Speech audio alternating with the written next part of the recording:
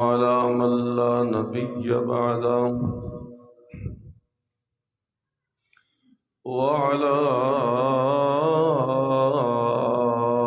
آله وأصحابه الذين أوفوا عهدا أما بعد فقد قال الله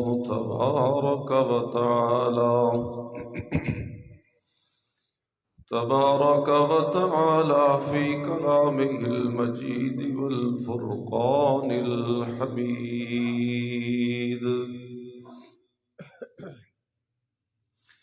أعوذ بالله من الشيطان الرجيم.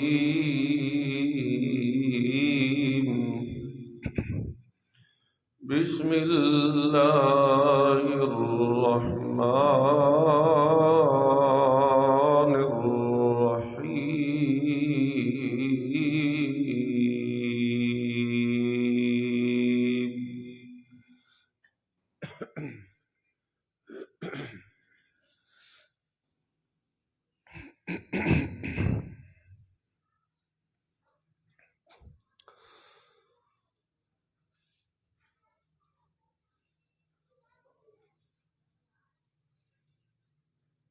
وَإِنَّكَ لَعَلَى خُلُقٍ عَظِيمٍ. اللهم صل على محمد وعلى آل محمد وبارك وسلم وصل عليه.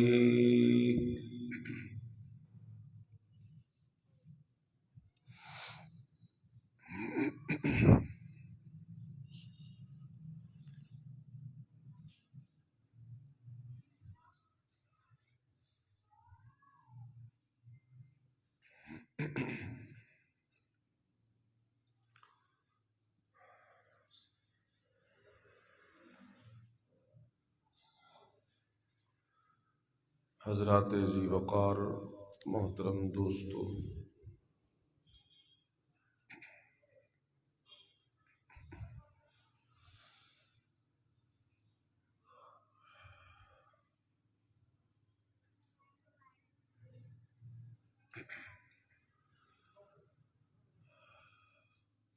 ایک مومن آدمی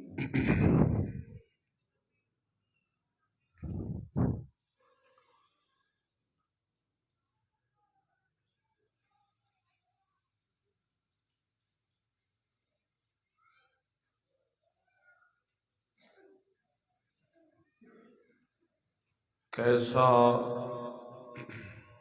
ہونا چاہیے، اس حوالے سے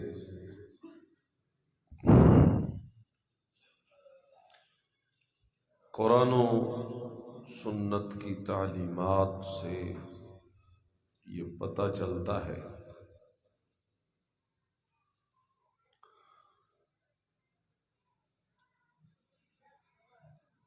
کہ تین طرح کی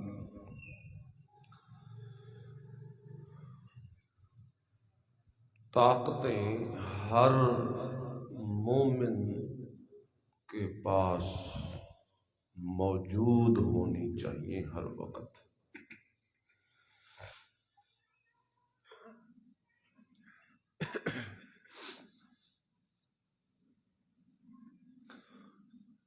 ان تین طاقتوں سے مسلح ہو، لیس ہو ہر مومن۔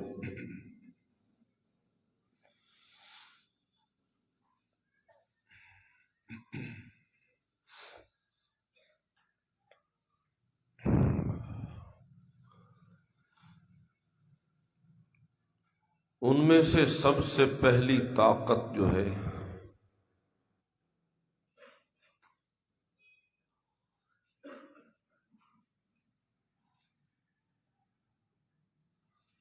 وہ ہے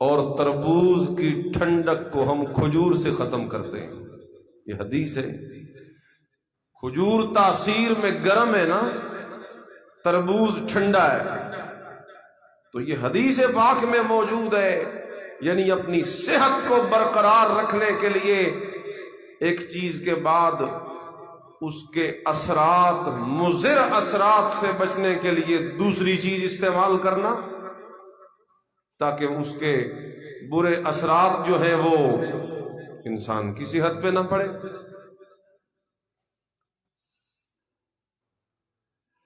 تو یہ جسمانی طاقت شریعت بھی چاہتی ہے، یہ نہیں کہ صرف ہماری ضرورت ہے.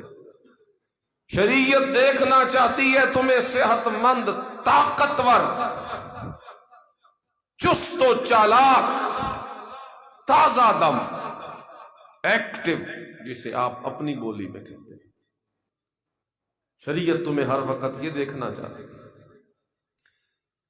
اسی لیے ایک حدیث میں ہے المؤمن القوی احب الی اللہ تعالی من المؤمن الضعیف.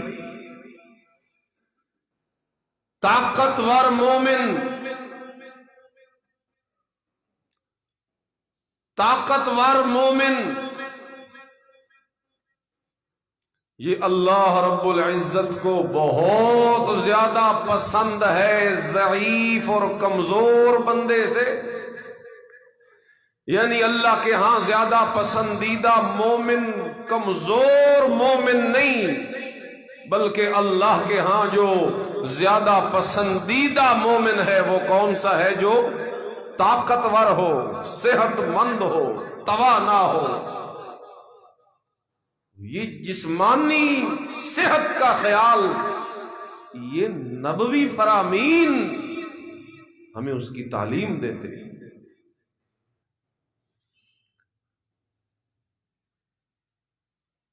یہی تو وجہ ہے کہ بعض اوقات جب صحابہ کرام میں سے بعض عبادات میں زیادہ ہی تکلف کرنے لگے تو حضور اکرم صلی اللہ علیہ وسلم نے انہیں روک دیا. اور حضور کیا فرماتے ہیں؟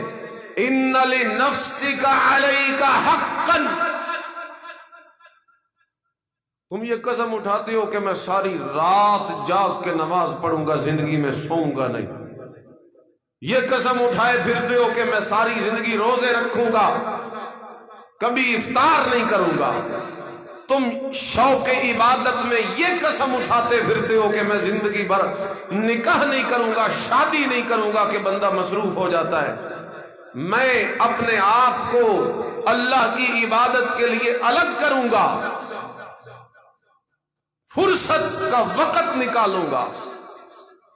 جب حضور کے سامنے ایسے صحابہ کی خبر آئی کہ فلانے نے تو یہ قسم اٹھائی ہے، فلانے نے تو یہ روٹین رکھی ہوئی ہے، فلاں تو یوں کہتا ہے، اب ان کی شوق تو عبادت کی ہے، لیکن حضور انہیں بلا کے کہتے ہیں اپنی قسموں کو توڑو. رات کو اگر عبادت کے لیے اٹھنا ہے تو سونا بھی ہے، اگر دن کو روزہ رکھنا ہے تو کبھی چھوڑنا بھی ہے.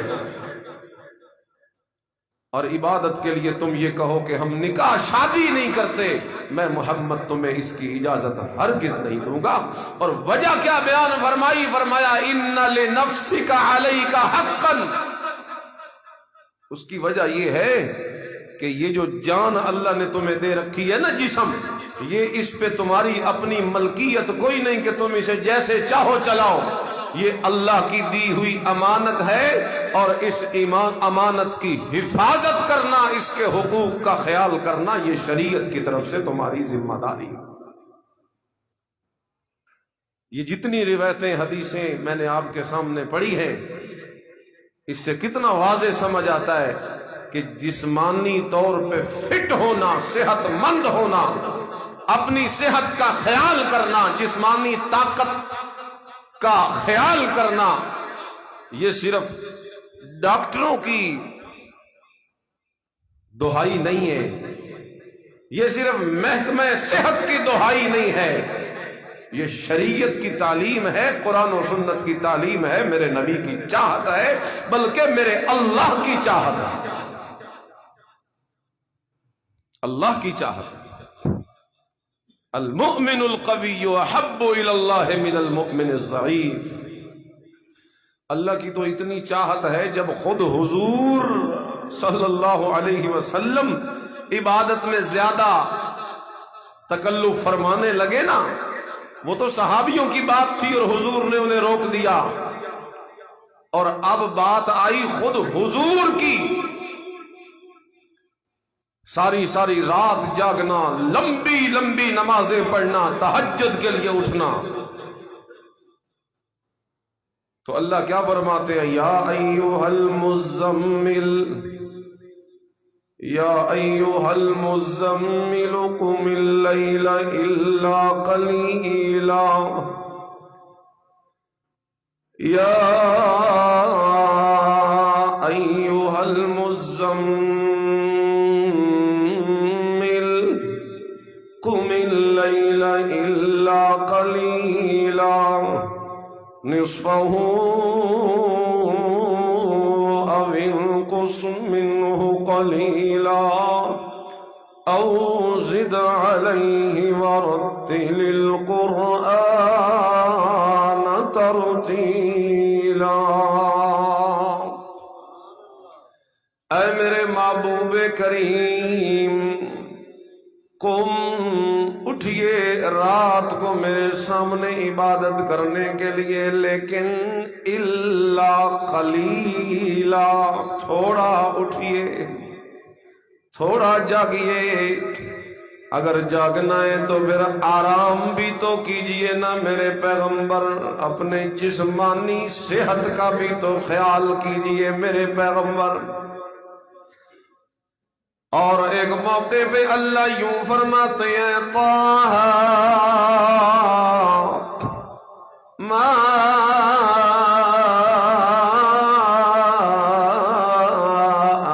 انزلنا علیک القرآن لتشقی۔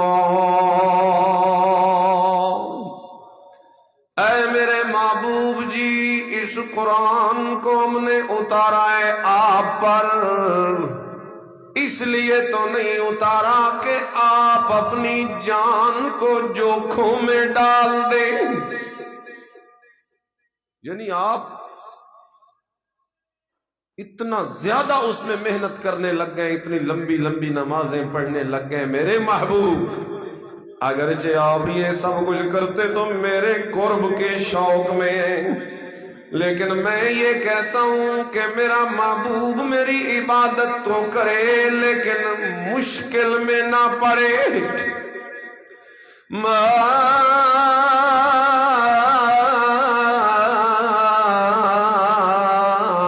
انزلنا علیک القرآن لتشقی۔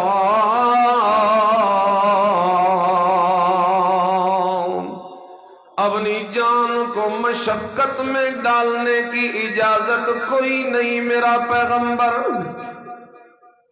سبحان اللہ۔ اور ایک موقع پہ سورۃ الکہف میں اللہ کیا فرماتے ہیں؟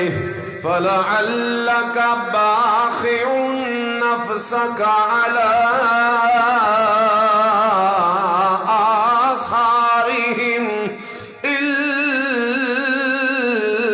لَّمْ يُؤْمِنُوا بِهَٰذَا الْحَدِيثِ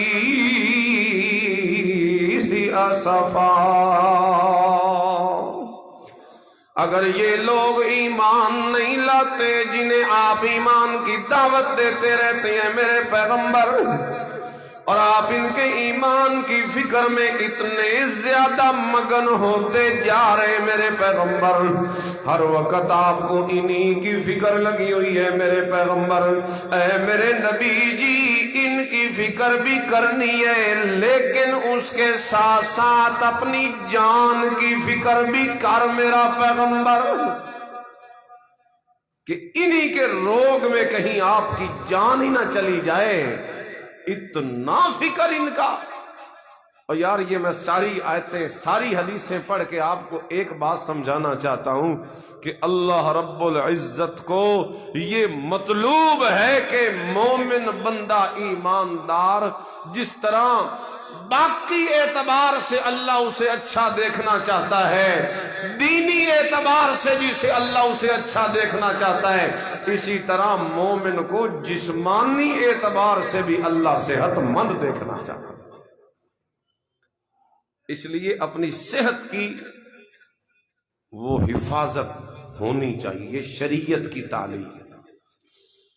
کچھ اصولی سی باتیں میں نے آپ کے، ورنہ اس موضوع کو پھیلایا جائے تو پوری تقریر اس پہ کی جا سکتی ہے، لیکن میں صرف اشارہ دیا۔ میں 3 طاقتیں آپ کے سامنے بیان کرنا چاہتا ہوں جو ایک مومن میں ہونی چاہیے۔ پہلی میں نے اس میں بیان کی، وہ کون سی ہے؟ جسمانی طاقت۔ کون سی؟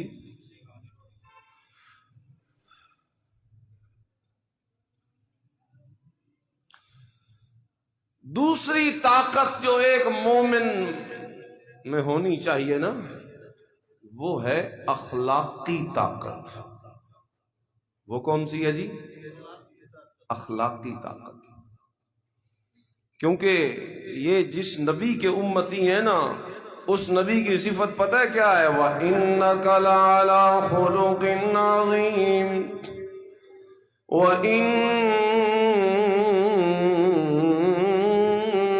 لَعَلَىٰ خُلُقٍ عَظِيمٍ۔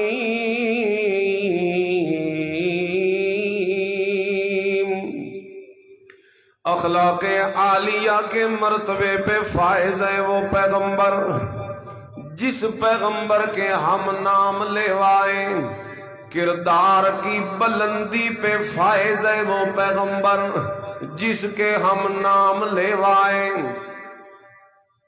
اتنا اونچا کردار، اتنا اونچا کردار، کردار کو بلند کرنے کی محنت، عادات کو سنوارنے کی محنت، اطوار کو درست کرنے کی محنت، گفتار کو ٹھیک کرنے کی محنت، لیل و نہار کو ترقی دینے کی محنت، اوصاف عالیہ کو اختیار کرنے کی محنت، اخلاق حسنہ کو اپنا لینے کی محنت، یہ میرے نبی کریم صلی اللہ علیہ وسلم کتنی فرما رہے ہیں کہ اللہ بھی تعریفیں کرنے لگ گیا۔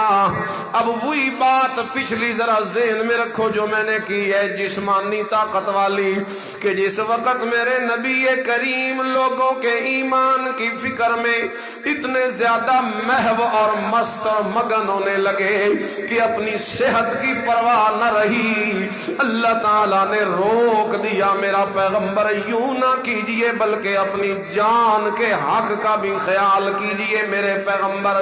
یعنی اس کے اندر جس وقت زیادتی کرنے لگے ہیں تو اللہ نے روک دیا ہے، اسی طرح جس وقت عبادت میں میرے پیغمبر مگن ہونے لگے ہیں تو اس وقت بھی اللہ نے روک دیا اور فرمایا طٰہَ مَا أَنزَلْنَا عَلَيْكَ الْقُرْآنَ لِتَشْقَىٰ۔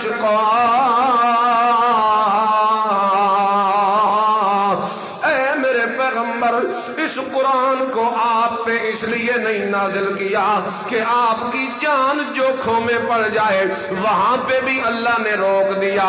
لیکن دیکھیے ذرا طاقت جس وقت اخلاق کی آئی ہے، نمبر جس وقت دوسری طاقت جو اس سے زیادہ ہے، جب اس کا نمبر آیا ہے تو وہ اللہ کے نبی اپنے اندر زیادہ پیدا کرتے جا رہے ہیں، اپنے اخلاق سے دنیا کو گرویدہ بناتے جا رہے ہیں، اپنے کردار کی پاکیزگی کی خوشبوئیں پھیلاتے جا رہے ہیں، اپنے کردار کی پاکیزگی کی خوشبوئیں پھیلاتے جا رہے ہیں، اپنا اعلیٰ ظرف دنیا کو دکھاتے چلے جا رہے ہیں، اقدار کی تعلیم تعلیم جس وقت دنیا کو دیتے چلے جا رہے ہیں، جس وقت ہر کسی کے حقوق کا خیال کرتے چلے جا رہے ہیں، اس وقت اللہ تعالیٰ روکتے نہیں، بلکہ اللہ روکنے کی بجائے اپنے نبی کی تعریفیں کرتا ہے۔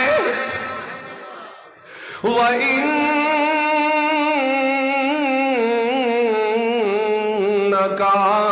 لَعَلَىٰ خُلُقٍ عَظِيمٍ۔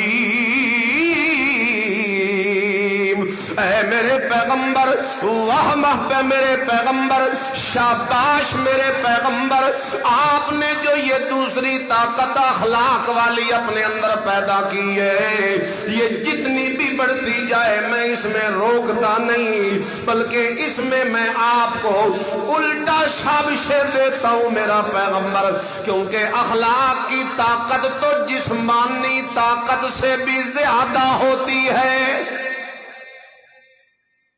اخلاق کی طاقت جسمانی طاقت سے بھی بولیے زیادہ ہوتی ہے، جسمانی طاقت تھوڑی ہے، اس سے اونچی طاقت اخلاق کی ہے۔ میرے نبی کریم نے کیا اخلاق کے دنیا میں نمونے، کیا اخلاق کے نمونے دنیا کو دکھائے ہیں، کیا کردار میرے نبی نے پیش کیا ہے، رہتی دنیا تک وہ کردار دنیا کے لیے مثال بن کے رہ گیا۔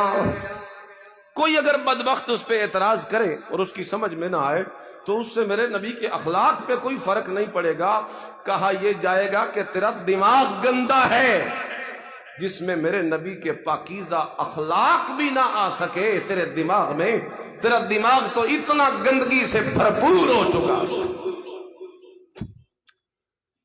یہ جس طرح ہمارے پڑوسی ملک میں ایک بدبخت ہے ملعون، کل تک وہ اسلام میں اعتراض نکالتا رہا، قرآن کی آیتوں میں شک و شبہ پیدا کرتا رہا، اور وہ کہتا رہا کہ قرآن سے پتہ نہیں وہ 32 کے 34 کے کتنی آیتیں وہ کہتا تھا یہ دہشت گردی پھیلاتی ہیں، انہیں نکال دیا جائے۔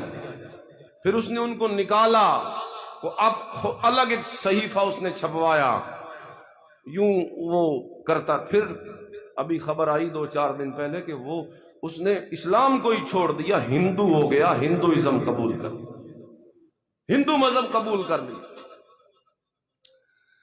اللہ اللہ۔ تو اگر کسی کی سمجھ میں نہ آئے تو وہ چاہے کتنا ہی پڑھا لکھا ہو، وہ یہ نہیں کہا جائے گا کہ اسلام اور اخلاق اور پیغمبر اسلام کے کردار میں فرق ہے، کہا یہ جائے گا تیری عقل میں فرق ہے۔ میرے نبی کے اخلاق، میرے نبی کا کردار ایسا روشن کردار ہے کہ میرے نبی کے کردار کی جھلک جن صحابہ پہ پڑی ہے، رب کعبہ کی قسم ان کا کردار اتنا اونچا ہو گیا تھا۔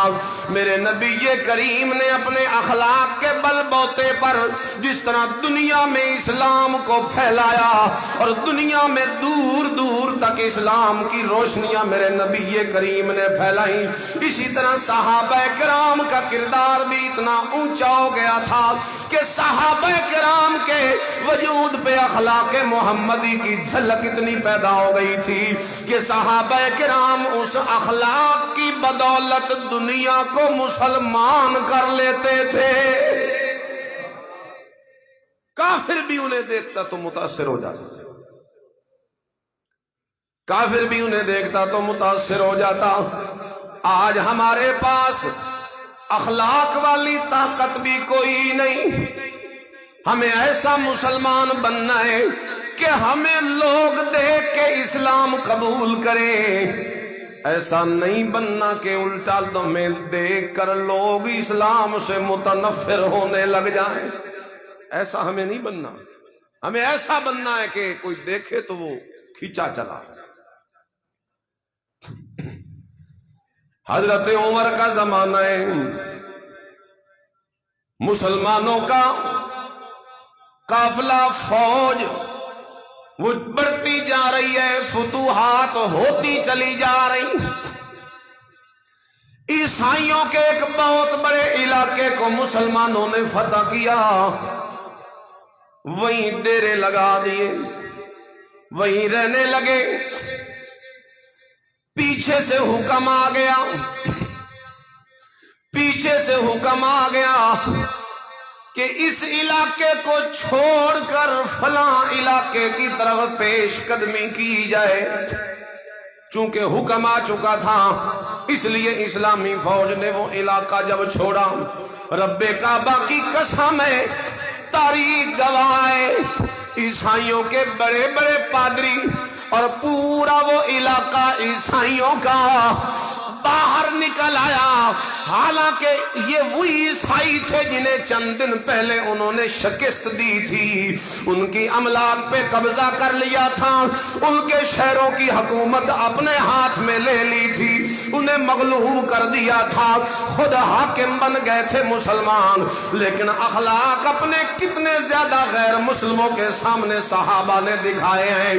تاریخ اس بات کی گواہی دیتی ہے کہ جس وقت امیر کے حکم پر اس علاقے کو چھوڑنے کا وقت آیا، ان چند دنوں میں وہ لوگ، عیسائی لوگ، مسلمان قوم کے اخلاق دیکھ کر اتنے گرویدہ ہو چکے تھے کہ جس وقت مسلمان وہاں سے نکلے ان کا پورا پورا حساب انہیں دے کر گئے، اور ایک ایک پائی کا حساب کر کے جب وہاں سے نکل رہے تھے تو وہ عیسائی پیچھے کھڑے ہو کے ہاتھ بلند کر کے اللہ کے سامنے دعا کر رہے تھے اور کہہ رہے تھے، الہی بڑے بڑے لوگ دنیا میں دیکھے ہیں لیکن ان فرشتہ صفت لوگوں جیسا کوئی ہم نے قافلہ یا ایسا گروہ یا مذہب دنیا میں نہیں دیکھا۔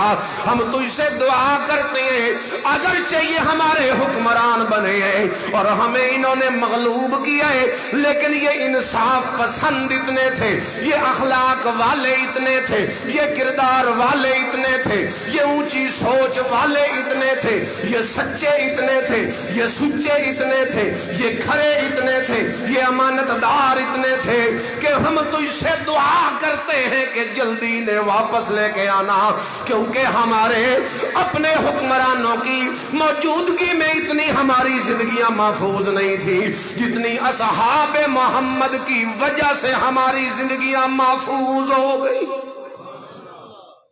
یہ نقشہ تھا اخلاق کا کہ صحابہ نے اس علاقے پہ قبضہ کیا، اور جب چھوڑ کے جانے لگے تو وہی شہر کے لوگ اللہ سے دعائیں، اللہ تمہیں پھر لے آئے۔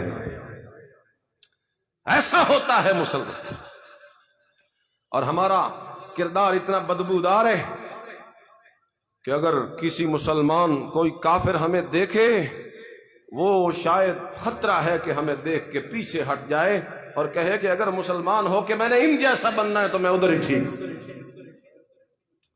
اس لیے اپنے کردار کو سچا کیجیے، اخلاق کی طاقت کو مضبوط کیجیے، اخلاق کی طاقت کو بڑھائیے۔ سیدنا خالد بن ولید، سب کہو کون نہیں جانتا، اسلام کا عظیم جرنیل، 100 سے زیادہ جنگیں لڑنے والا، 100 سے زیادہ، ہر جنگ میں ہی جہاں نکلتا ہے فتح کے دروازے کھل جاتے ہیں، فتح کے دروازے کھل جاتے ہیں۔ ایک جنگ میں جس وقت ٹاکرا ہوا کفار کے لشکر کے ساتھ، پہلے مبارزت ہوا کرتی تھی، ایک سپہ سالار ادھر سے نکلتا، ایک ان کی طرف سے نکلتا، پہلے ان دو بڑے بہادروں کا مقابلہ ہوتا تھا، پھر دوسرا، پھر تیسرا، یوں مبارز نکلتے تھے۔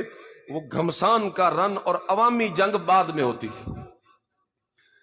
سپہ سالار ادھر سے کفار کی فوج کا نکلا ہے، ادھر سے خالد بن ولید رضی اللہ تعالی عنہ نکلے ہیں، لیکن اخلاق دیکھیے صحابی کا، کردار دیکھیے صحابی کا، سیرت دیکھیے صحابی کی، چال ڈھال دیکھیے صحابی کی، نقشہ دیکھیے اس کے وجود کا کہ وہ کفار کا جرنیل خالد بن ولید کے اس چال ڈھال کو دیکھ کر تلوار اوپر کرنے کی بجائے تلوار نیچے رکھ دیتا ہے. کہتا ہے میں نے وار نہیں کرنا، میں نے چند سوال کرنے آپ سے. خالد بن ولید کہتے ہیں فرمائیے، بولیے کیا سوال کرنے. اس نے اسلام کے متعلق کچھ دو چار سوال کیے. خالد بن ولید نے پورے اپنے اسلامی کردار کا مظاہرہ کرتے ہوئے ان کے جواب پیش کیے اور عزت کی، احترام کیا. وہ متاثر ہو گیا. خالد بن ولید نے بھانپ لیا کہ میں نے اس کے دل کو جیت لیا ہے. فوری اندر لے کے آئے، خیمے میں لے کے آئے، آ کے مزید اس کے سوالوں کے جواب دیے، تسلی کروائی، تشفی کروائی. اور بعد میں جب وہ مطمئن ہوا تو فوج تو باہر کھڑی ہے ایک دوسرے کے سامنے، لیکن فوری طور پہ مطمئن ہو کے کہتا ہے حضرت جی میں آپ اور پیغمبر اسلام کے اخلاق سے اتنا متاثر ہو گیا ہوں کہ میرے دل کی دنیا بدل گئی ہے. اب میں چاہتا ہوں کہ مجھے کلمہ پڑھا دیجئے. خالد بن ولید نے کلمہ پڑھایا، وضو کروایا، 2 رکعت نماز پڑھی، تلوار ہاتھ میں لے کے جب گئے تھے، جب دونوں اندر گئے تھے تو ایک کفار کی فوج کا جرنیل تھا، ایک مسلمانوں کی فوج کا جرنیل تھا. اور جب واپس آئے خیمے سے تو دونوں اسلام کی فوج کے جرنیل بن کے باہر آ گئے. دونوں اسلام کی فوج کے جرنیل بن گئے. یہ تھے اخلاق. آج ہمارے کردار سے اتنی بدبو آتی ہے کہ ہم سے لوگ متنفر ہو رہے. یہ پرچی بھی میرے پاس آئی ہے، میں خود بھی اس پہ بات کرنا چاہتا تھا. سیالکوٹ میں ایک سری لنکن فیکٹری مینیجر کو توہین رسالت کے الزام میں ملازمین کی جانب سے قتل کر کے پتھر مارے گئے، پھر آگ لگا کر جلایا گیا. ہمارا مذہب اسلام کیا کہتا ہے؟ وضاحت کریں. ہمارا مذہب اسلام یہ کہتا ہے کہ اگر کوئی جرم کرتا ہے،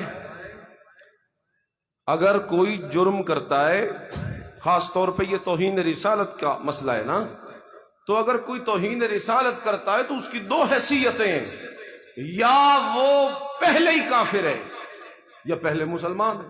اگر وہ پہلے مسلمان ہے اور توہین رسالت کرتا ہے تو فوری مرتد ہو جائے گا. کیا ہو جائے گا؟ مرتد ہو جائے گا. اور جب وہ مرتد ہو جائے گا تو مرتد کے لیے شریعت نے حد مقرر کر دی ہے. قرآن میں موجود ہے سورہ مائدہ میں کہ جو مرتد ہو جائے اس کی کیا سزا ہے، شریعت نے بتا دی. اب اس پہ مرتد کی حد جاری ہوگی. اور یہ جو حدیں ہیں، چور کی سزا، زانی کی سزا، ڈاکو کی سزا، یہ جو شریعت نے خود مقرر کر دی ہیں، انہیں کہتے ہیں حدود اللہ، اللہ کی حدیں. یہ حق اللہ کا ہے. بولو حدود حق کس کا ہے؟ حدود حق اللہ کا ہے. حدود اللہ حق اللہ، یہ اللہ کا حق ہے. چونکہ وہ مرتد ہو گیا توہین کرنے سے، تو اب اس کی سزا یہ کس کا حق ہے؟ اللہ کا حق ہے. اب اللہ نے قرآن میں جیسے اس کی سزا کا ذکر کیا ہے، حکومت وقت پہ لازم ہے کہ وہ اس طریقے سے اسے سزا دے گی. لیکن وہ جو اس نے توہین کی ہے، اس کے لیے جو شریعت نے شرائط رکھی ہیں اس کے جرم کو ثابت کرنے کے لیے، ان شرائط کا بھی پورا لحاظ کیا جائے گا. یہ نہیں کہ ہر ایرا غیرہ نتھو خیرہ اٹھ کے کہے کہ جی اس نے توہین کر دی ہے تو لہذا اس کو مار دیا جائے. نہیں. شریعت کے وہ جو شرائط اور اصول ہیں، ان اصولوں پہ پرکھا جائے گا. اگر ان اصولوں پہ وہ پورا اترتا ہے تب جرم ہوگا، ورنہ اگر ان شرائط پہ پورا نہیں اترتا تو کسی کے کہنے سے اس پہ سزا جاری نہیں.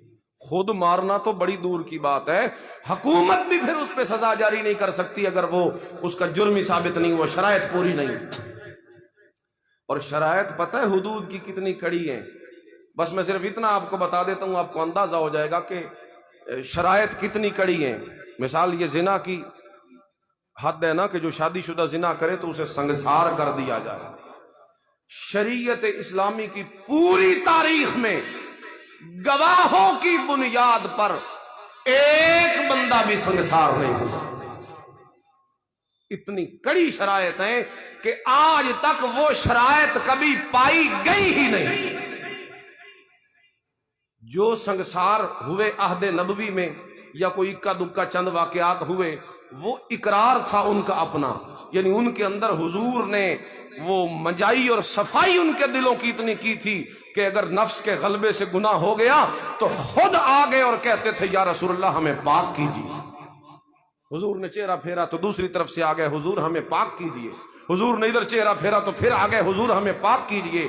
حضور نے پھر ادھر چہرہ، 4 مرتبہ جب انہوں نے اقرار کر لیا تو 4 گواہیاں پوری ہو گئیں اپنے حق میں۔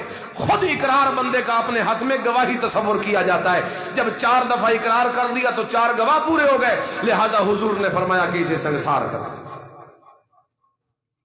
یعنی گواہوں کی بنیاد پہ آج تک سنگسار کرنے کا کوئی واقعہ عہد نبوی یا عہد صحابہ میں ہوا ہی نہیں۔ اتنی کڑی شرائط، اور یہاں جو اٹھتا ہے وہ قانون کو اپنے ہاتھ میں لے لیتا۔ دوسرا، یا وہ کرنے والا جو ہے توہین کرنے والا وہ غیر مسلم ہے۔ اگر وہ غیر مسلم ہے تو پھر اس کے اوپر جو سزا نافذ ہوگی اس جرم کی، وہ سزا حد نہیں، یعنی شریعت نے اس بارے میں کوئی حد جاری نہیں کی۔ مسلمان تو کرے تو حد ہے مرتد کی سزا، اور کافر کرے تو وہ مرتد کیسے ہوگا بھائی؟ وہ تو پہلے ہی کافر تھا۔ کافر تو وہ، مرتد وہ ہوتا ہے جو پہلے مسلمان ہو تو پھر کافر ہو جائے، مرتد ہو گیا۔ اور جو پہلے ہی کافر ہے جیسے وہ تھا، غیر مسلم تھا نا، جو پہلے ہی غیر مسلم ہے پھر وہ توہین رسالت کرے تو توہین رسالت کرنے سے وہ مرتد تو نہیں ہوا، کیونکہ وہ تو پہلے ہی کافر ہے۔ ہاں یہ ہے کہ اس کے کفر میں مزید اضافہ ہو گیا۔ اب اسے سزا کیا دینی ہے؟ اب اس کی سزا تو بعد میں ہوگی، پہلے اس کے جرم کو ثابت کرنے کے لیے گواہ، وہ گواہی جو شریعت چاہتی ہے وہ گواہی پیش کی جائے گی۔ اگر وہ گواہی پایا ثبوت تک پہنچتی ہے تو پھر اسے سیاستاً سزا دی جائے گی، تعزیر اس پہ جاری کی جائے گی۔ یعنی وہ حق جو ہے نا وہ اب اللہ کا نہیں، کیونکہ اللہ کا حق تھا حدود، جو اللہ نے حدیں جاری کی ہیں وہ اللہ کے حق ہیں، اور یہ جو حق ہے یہ اللہ کا حق نہیں بلکہ یہ حق ہے اس حکومت کا، اس قاضی کا، کہ وہ اس کے لیے جو سزا تجویز کر دے پھر اسے وہی سزا دی جائے۔ یعنی 2 اس کی صورتیں ہیں، توہین کرنے والا یا مسلمان ہو یا کافر ہو۔ اگر مسلمان ہو تو مرتد ہو جائے گا، سزا مرتد والی ہوگی، اور اگر وہ کافر ہے تو اس کی حد شریعت کی طرف سے کوئی نہیں، بلکہ صرف اتنا یہ ہے کہ حکومت وقت پہلے اس کے جرم کو ثابت کرنے کے لیے اپنی پوری کارروائی کرے گی۔ کارروائی کرنے کے بعد اگر ثبوت تک پہنچ گیا تو پھر اس کے لیے جو سزا تجویز کی گئی وہ سزا اسے دی جائے گی۔ اب 2 طرح کا ہو گیا نا، مجھے بتاؤ عوام کا درمیان میں کہیں ذکر آیا ہے؟ وہ حق اللہ تھا تو وہ بھی حکومت کے ذمے، اور یہ غیر مسلم کا معاملہ تھا تو یہ بھی حکومت کے ذمے۔ اپنے ہاتھ میں اگر کوئی قانون کو لے گا اور اگلے بندے نے جو سزا جس کی بنیاد پہ اس نے اسے مار دیا، قتل کر دیا، اگر وہ جرم پایا ثبوت تک پہنچا ہی نہیں، یعنی جو گواہی شریعت کو مطلوب تھی وہ گواہی ملی نہیں، تو اس قتل کرنے والے کو بدلے میں شریعت قتل کر دے گی۔ اس قتل کرنے والے کو بدلے میں شریعت کیا کر دے گی؟ قتل کر دے گی۔ تو کسی طریقے سے بھی اپنے ہاتھ میں قانون کو لینے کی اجازت ہے۔ لوگ کہتے ہیں جی حکومت بھی وتکیڑا کو سزا دین دی، یہ تو الٹا رہا کر دیتی ہے توہین رسالت کے مجرموں کو۔ ایسے پیچھے کوئی واقعات ہوئے تو بھائی اگر حکومت رہا کر دیتی ہے تو اس میں آپ کا کوئی گناہ نہیں، آپ کے بس میں جو تھا احتجاج کر لیے، آپ نے جلسے کر لیے، اپنا احتجاج ریکارڈ کروا دیا، آپ نے اپنی ذمہ داری پوری کر۔ اب اگر حکومت اپنا فریضہ پورا نہیں کرتی تو عند اللہ مجرم آپ تو نہیں، حکومت مجرم ہے، حکمران مجرم ہے، اس کا معاملہ اس کے رب کے حوالے اسے جواب دینا ہوگا، اس میں آپ کی کوئی ٹینشن ہے؟ تو اس لیے یہ کسی طریقے سے بھی جائز نہیں۔ آج کل تو منافرت کا دور ہے، یہ آپ میری بات اگر غور سے سنیں 2 منٹ، آپ خود کہیں گے کہ بات بالکل ٹھیک ہے۔ یہ جو ہمارے ملک میں فرقہ پرستی ہے، تفرقے، دیوبندی، بریلوی، شیعہ، اہل حدیث، دیگر، اب یہ جو فرقے ہیں، بعض ان میں سے ایسے ہیں کہ ایک دوسرے پہ کفر کے فتوے لگائے پھرتے ہیں، ایک دوسرے کو انہوں نے کافر کہہ دیا ہے کہ فتوے جاری کر دیے کہ یہ کافر ہے اور یہ گستاخ ہیں۔ تو جب ایک دوسرے کو گستاخ کہا جاتا ہے اور فتوے دے دیے جا چکے ہیں تو آپ یقین مانیے یہ توہین رسالت کے اکا دکا واقعات، تو مجھے تو یہ خطرہ محسوس ہوتا ہے کل کہیں کچھ چند سالوں کے بعد ایسی فضا نہ بن جائے کہ یہ ایک دوسرے کے خلاف پورے فرقے سے ہی نمٹنے کے لیے نہ کہہ دیا جائے کہ یہ گستاخ ہیں، نمٹو ان سے۔ اب یہاں جو حالت ہوئی پڑی ہے، کچھ اپنے نظریات قائم کر لیے ہر بندے نے، ان نظریات کو جو نہیں مانتا کہتے ہیں یہ گستاخ ہے۔ ایسے ہے کہ نہیں؟ اور چھوڑو یار، اپنی گل کر لو، لوگ آدھے نہیں یہ وہابی نے، منکر نے، گستاخ ہیں، نہیں سنتے آپ کچھ ہمارے ساتھی وہ میلاد کے جلوس نکالتے ہیں، آپ کے سامنے ہے نا، ہم نہیں نکالتے، ہم کہتے ہیں یہ ثابت نہیں حضور سے اس لیے ہم نہیں نکالتے۔ اب جو نہیں نکالتے ان کے متعلق کیا نظریہ ہے ان کا؟ سیدھا لوگ کہہ دیتے ہیں جی یہ گستاخ ہیں، اے نبی نہیں مندے، اے میلاد نو نہیں مندے۔ تو یہ کہا جا رہا ہے ایک دوسرے پہ گستاخی کے فتوے لگا۔ یہ کچھ عرصہ پہلے ہی آپ کا قائد آباد جو ہے، وہاں ایک بینک مینیجر کو ایک گارڈ نے گولی مار دی تھی، اور جب بعد میں چھلانگے لگاتا ہوا باہر نکلا کہ میں نے گستاخ رسول کو مار، عوام بھولی جھلی پاگل، وہ مل گئے، جلوس بن گیا، وہ آگے چھلانگے مارتا مارتا آگے آگے تھا، ساری عوام پیچھے تھی، اور لبیک یا رسول اللہ کے نعرے تھے، غلامی رسول میں موت بھی قبول ہے کے نعرے شروع ہو گئے۔ بعد میں پتہ چلا، اس سے بیان لیا گیا کہ تو نے کیوں مارا ہے؟ اس نے کہا جی میں نے اس لیے مارا ہے کہ وہ یہ کہتا تھا کہ نبی ولی کچھ نہیں کر سکتے، سب کچھ اللہ کرتا ہے۔ آپ اندازہ لگاؤ یہ گستاخی ہے بھئی، یہ کہنا کہ سب طاقتوں کا مالک اللہ ہے، انبیاء اولیاء کے پاس اختیارات نہیں، یہ گستاخی ہے۔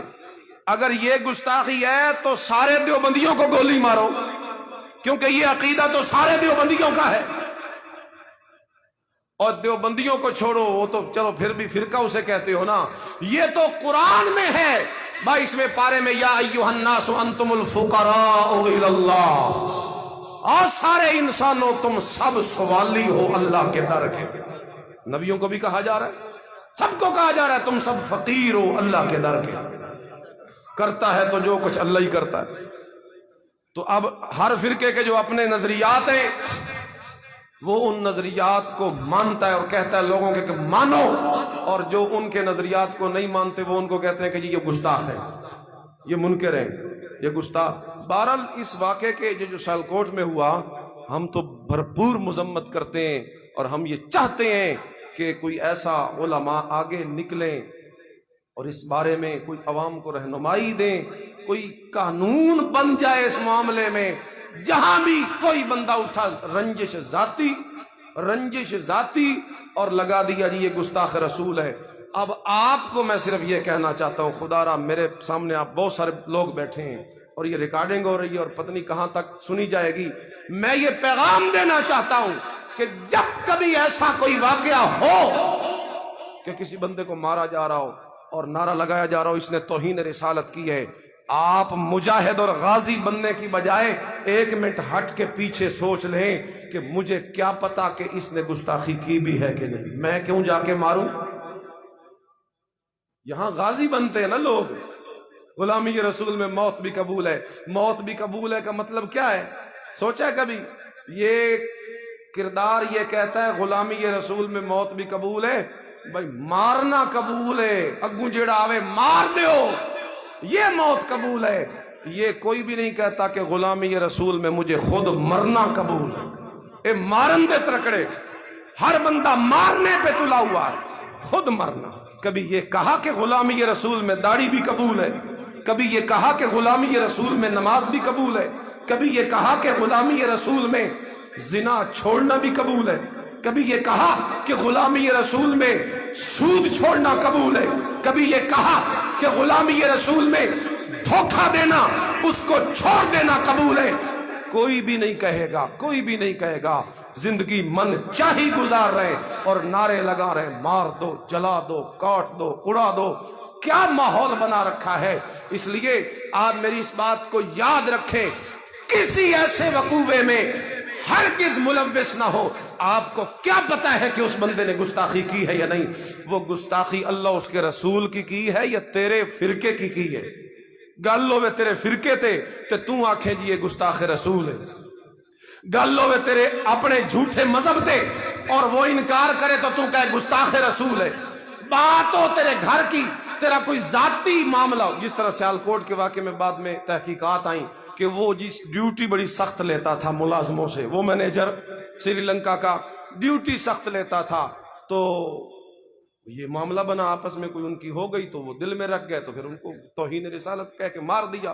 اور جو بعد میں تحقیقات آئیں کہ اس نے سٹیکر پھاڑے، وہ سٹیکر اس نے پھاڑے، ان سٹیکروں پہ کون سا نبی کا نام لکھا ہوا تھا کوئی پتہ نہیں چلی۔ تحقیقات جب دیکھیں، ہم توہین رسالت کے مجرم کو کبھی برداشت نہیں کر سکتے۔ مت کہ میری باتوں سے کوئی یہ مطلب نکالنے کی کوشش کرے کہ جناب بالکل ہی ڈھیلے ہو گئے اور توہین، نہیں نہیں نہیں نہیں نہیں، میرے نبی کی توہین ہمیں ہرگز برداشت نہیں، لیکن توہین کے نام پہ کسی معصوم کو مار دینا بھی ہمیں ہرگز برداشت۔ انصاف وہاں پہ بھی ہوگا، انصاف یہاں پہ بھی ہوگا۔ اللہ سے دعا ہے اللہ ہمیں اخلاق کی طاقت بھی نصیب فرمائے۔ وآخر دعوانا